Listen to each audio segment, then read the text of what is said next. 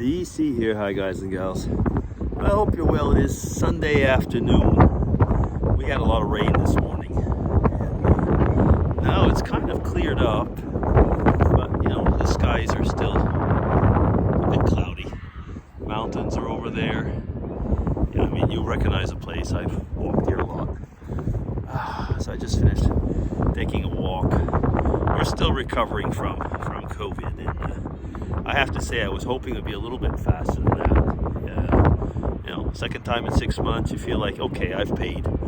But we're getting slowly better, but still sometimes we have some horrible coughing fits nevertheless. And then, but that's where the big difference is that they're getting, a lot, the frequency between the coughing fits is quite a bit longer, so that's good.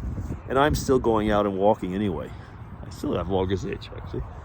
Yeah, I was over there about probably a kilometer behind me, and I was going to go a little bit further, and there was two police cars. One had policemen on the sidewalk, and the other one was a car in the road, and they were stopping people. I could see that they didn't care for people taking pictures either, so I didn't. And it was a car that was burning on the street, and I don't know why they would have.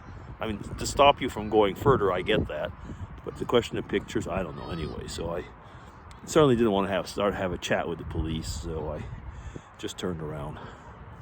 But yeah, I haven't seen that for a while. I mean, I had seen a few years back, on the motorway where we almost had accidents because there was a car that was like on the wrong lane, basically the overtaking lane, so to the left, and the motor was burning. So it wasn't in on the side of the road or anything. So I mean, that was about as dangerous as it could get. And when that happened, actually, at this time when it happened, we went by the car on the right side, so on the slow side, and I saw in my mirror somebody coming about as fast as they could. It was probably a Porsche or something like that. It was a really fast speeding car, and drove right into the other one. It was a shock. I mean, basically we saw, I don't know how many people, but we saw people getting killed. The worst thing is that there was everything, already there for people to know that something was happening in a way, but I guess that other one was just going too fast. Yeah, so that's something. When you see it, you can't unsee it. Yeah, and that's a bit, things I haven't pulled out a subject for this vlog or anything. I'm just talking. And I have been wondering, when you, which is what I just said, when there are things that sometimes when you see it, you can't unsee it. Usually it's people make jokes, it's like, oh, I've seen this horrible person or this really ugly thing, and you can't unsee it. But there are sometimes, things that you can't unsee, and you sure wish you could. But anyway, like I said, I haven't found a real topic for this vlog, so I'm not going to try. I was listening to a podcast, well, just finished now. It's from Steve Brown, etc. And there's a movie that's just out, and you see, I should be able to remember that. Must be the beginning of Alzheimer. I don't remember the name of the movie, but it was a bit like when it was in the early 70s when the Jesus movement started. And I do remember that, because I was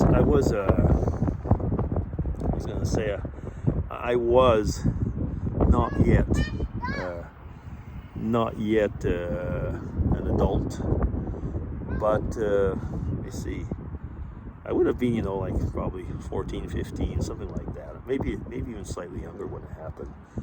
And we lived in a village, and I do remember there was a big thing that was happening in the church, so the Catholic Church it was at the time, where there was a beginning of what they call the charismatic movement and stuff like that.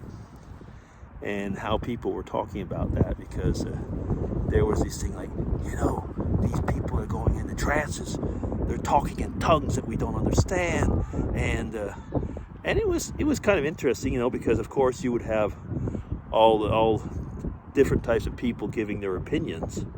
But where was the big thing is that, I come from a small village at the time, where there was one major family that ran the whole town. And one of the people in that movement was one of the sons of the richest man in town. So that really created a big thing, because it was kind of funny in a way, because I wonder if there had not been that guy, how it would have been accepted. But, in that town, whenever something came from that family, it was, I was also going to say, forced through. And I think that was pretty much the way it was at the time. The lady who just crossed me, she turned around to see if I was talking to somebody or if I was talking to myself. But I turned around a little bit and looked at her, so anyway. Yeah, so, and I was interrupting myself.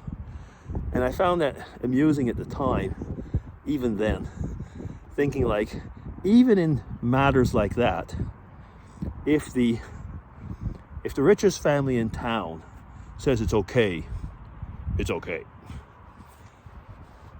So I get away from the Jesus movement and the charismatic movement, but I go back into the small town stuff.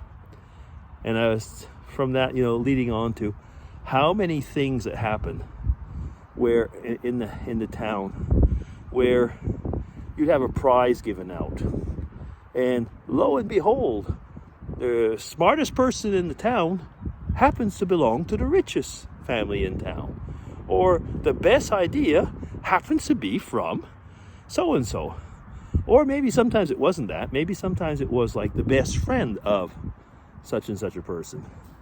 It was quite amusing. It was quite amusing.